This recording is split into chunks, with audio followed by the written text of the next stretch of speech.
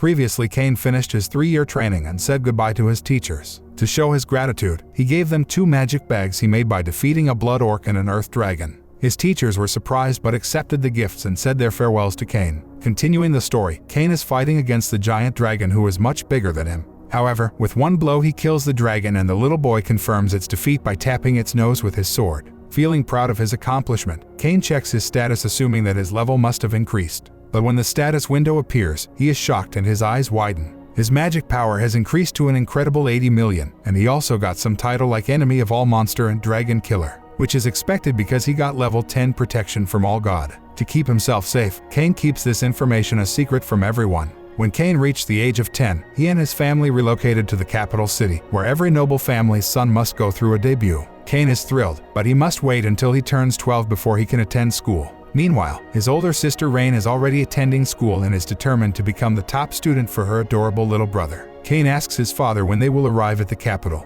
His father tells him it will take almost a week, and he hopes they won't meet any monsters on the way. He uses a locating spell to check for any warnings ahead. After searching, he becomes worried and informs his father that a dozen monsters are fighting with 10 soldiers 3 miles away. His father is surprised that Cain can use the locating spell from that distance. He orders the guards to hurry because people need their help. However, Cain is concerned that they won't arrive in time to help, so he decides to go alone. But his father objects, saying that a 10-year-old boy can't defeat a dozen monsters. Despite his father's warning, Cain exits the carriage and uses wind magic to boost the speed. The guards are taken aback and mistake him for a bird or an airborne object. Cain's father yells for him to return, but he does not. Meanwhile, Cain's older sister Rain looks on in admiration and wishes him good luck in the fight. The carriage is being attacked by a large army of orcs who have surrounded them. The knights are doing their best to defend the carriage, but they are vastly outnumbered. Cain suddenly enters the battle and begins using his air cutter skill to defeat the monsters. Despite his impressive abilities, the knights are concerned about the young boy's safety and believe he should not be fighting. However, the knights guarding the carriage didn't realize that the young and handsome 10-year-old boy, Cain, was capable of defeating all the monsters on his own. He used his air cutter and air bullet skills to slice up the orcs, leaving only general rank orc. Cain uses fire sword and defeat the orc general easily. The knights were suspicious of Cain and ordered him to approach the carriage carefully, thinking that he might have evil intentions. Cain introduced himself and his guards arrived, but it was unnecessary since Cain had already defeated all the monsters. The knights were amazed that their master had arrived before them, and they watched in disbelief as Cain healed the wounded knight using his magic. Cain advised the knights to eat and rest well to recover from their injuries. However, he couldn't revive the dead ones, so he put their bodies into his item box. At the same time, Cain's father arrives and is surprised to see the dead monsters. He also notices the crest on the carriage and realizes it belongs to the Duke Santana's family. The carriage door opens, and Princess Tech and Princess Silk appear. Cain and his father kneel to show respect. Telstra, one of the princesses, is not feeling well due to stress, tension, and exhaustion caused by the monsters. Cain offers to help by calming her nerves. Within seconds, she feels better and calmer. When she wakes up, Tisha thanks Cain by holding his hand. Silk, her sister, also thanks him by pushing her sister aside. Both sisters are grateful to him for saving their lives and are impressed by his sword skills. They ask him where he's going, and when he says the capital, they invite him to ride in their carriage. Cain tries to call his father for help,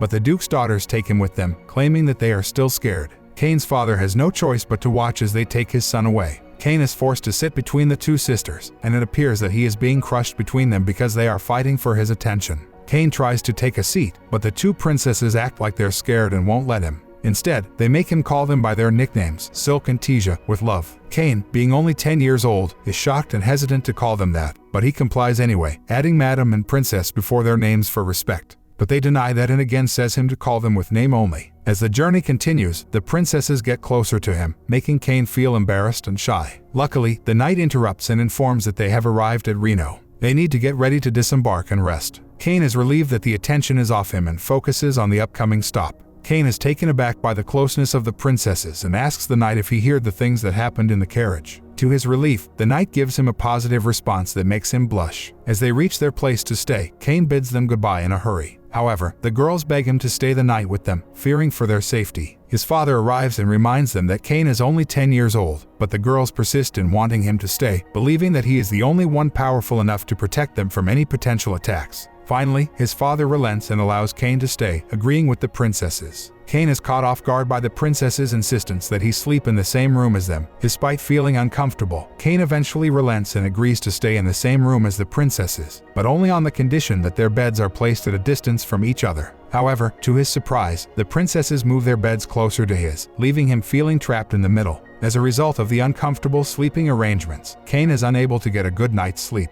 He wakes up with dark circles under his eyes, feeling exhausted and drained from being constantly jostled by the princesses throughout the night. Nevertheless, he tries to put on a brave face as they arrive at the royal capital. As they exit the carriage, Cain is flanked by the two princesses, who hold onto his arms tightly. They attract the attention of the vice-captain of the Royal Chivalric Order, Dame von Gazard. The knight is impressed by Cain's bravery and the fact that he was able to defeat 50 orcs single-handedly, while also healing the knight wounds. Dame thanks Cain on behalf of all the knights and offers to take over the responsibility of the dead knights that Cain had brought with him. Cain hands over the knights' bodies to Dame and requests that they be given a proper burial. The knight assures Cain that he will take care of everything and that the knights will be honored with a burial befitting their sacrifice. Cain stands before the court with a mix of nerves and excitement. The stares from the courtiers are heavy upon him, but he tries to keep his composure as they talk about his heroic deeds. He had killed the orcs and saved the princesses, and not only that, he had even brought back the corpses of the fallen knights. The room erupts into whispers and murmurs, awed by the bravery of such a young boy. The king himself is impressed by Cain's bravery and recognizes his heroism by bestowing upon him the title of Baron.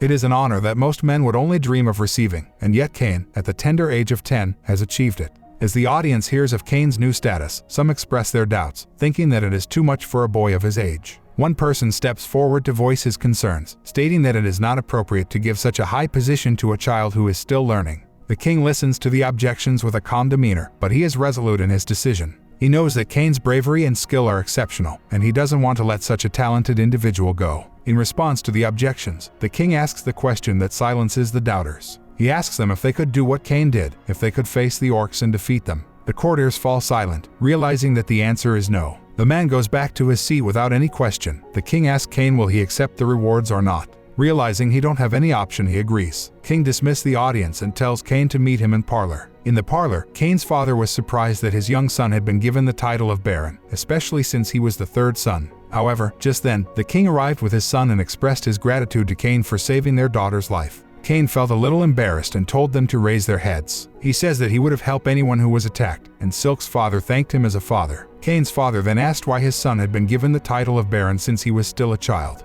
This title was usually given to orphans. However, the king had seen Cain's exceptional power and didn't want to miss out on such a talented individual, so he decided to use this strategy. After everyone had calmed down, the king made another offer to Cain, one that surprised everyone. He asked Cain to get engaged to his daughters. Cain was in shock and didn't know how to respond. It turned out that the king had already discussed how they should deal with Cain. Magnus suggested that Cain's status could be raised to improve his relationship with the royal capital. To strengthen this relationship, they wanted him to get engaged to one of the king's daughters, but both girls were willing to be engaged to him. Therefore, they were pressuring him to get engaged, and he looked at his father for help, but his father just twisted his face as he don't know anything. Alas, he had no choice but to accept their offer. Both girls were happy to hear his approval and remember the night they had spent together. When the king and Eric heard about this, they became angry and Cain had to apologize to them in the following scene. Rain objected to getting engaged to two girls, and Cain's father scolded him because the king had called him a womanizer. Cain felt uneasy and apologized, promising not to do it again. If you missed part 1 and part 2, click on the right video and subscribe to Annie Explainer for more anime recaps.